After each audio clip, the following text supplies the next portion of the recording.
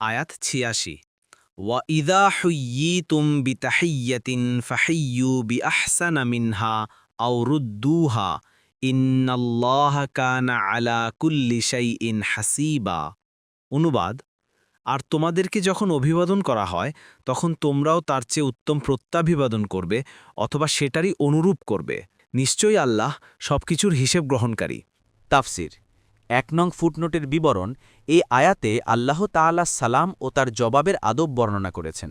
মূলত আসসালাম ও শব্দটি আল্লাহ তাআলার উত্তম নামসমূহের অন্যতম, যার অর্থ শান্তি ও নিরাপত্তার আধার।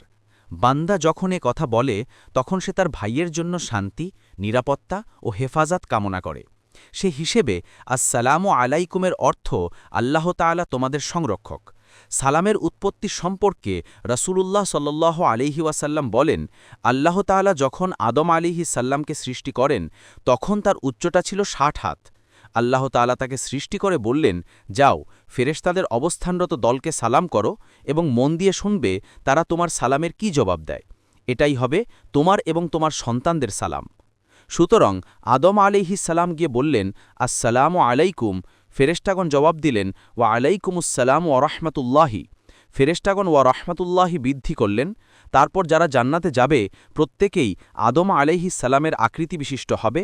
তখন থেকে এখন পর্যন্ত মানুষের উচ্চতা ক্রমাগত হ্রাস পেয়েই আসছে। বুখারী ৬২২৭। অন্য এক বর্ণনায় এসেছে, রাসূলুল্লাহ সাল্লাল্লাহু আলাইহি ওয়াসাল্লামের কাছে এক লোক এসে বললেন, আসসালামু আলাইকুম। রাসূল তার সালামের জবাব দিলেন।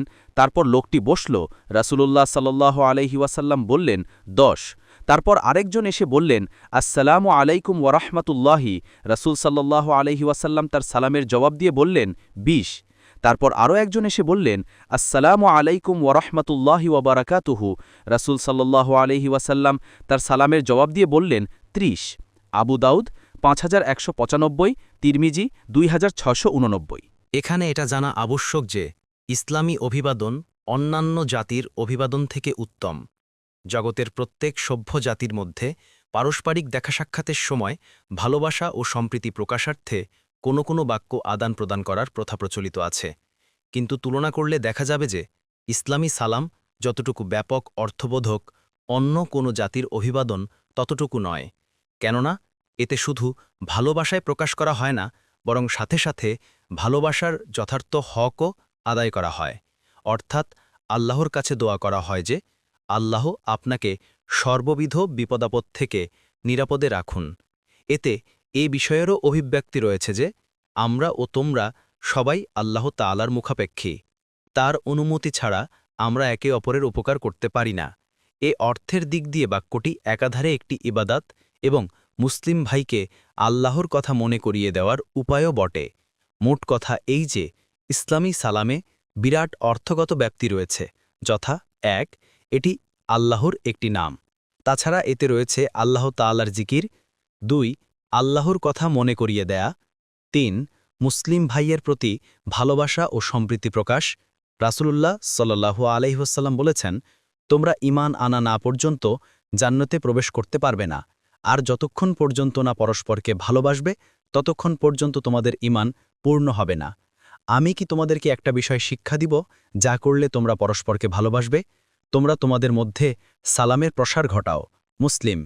৪. মুসলিম ভাইয়ের জন্য সর্বোত্তম দোয়া। এবং ৫. মুসলিম ভাইয়ের সাথে এ চুক্তি যে আমার হাত ও মুখ দ্বারা আপনার কোনো কষ্ট হবে না। সহিহ হাদিসে রাসূল সাল্লাল্লাহু আলাইহি ওয়াসাল্লাম বলেন, যার হাত ও জিহ্বা থেকে অন্য মুসলিম নিরাপদ সেই প্রকৃত মুসলিম। বুখারী ১৫, মুসলিম। অমুসলিমরা কেউ যদি মুসলিমদেরকে সালাম দেয় তবে তার উত্তরে ওয়া আলাইকুম পর্যন্ত বলতে হবে, কারণ তাদের উদ্দেশ্য স্পষ্ট নয়। যদি সে ভালো উদ্দেশ্যে বলে থাকে তবে ভালো পাবে, আর যদি খারাপ উদ্দেশ্যে বলে তবে এটা তার জন্য বদদোয়ার কাজ করবে।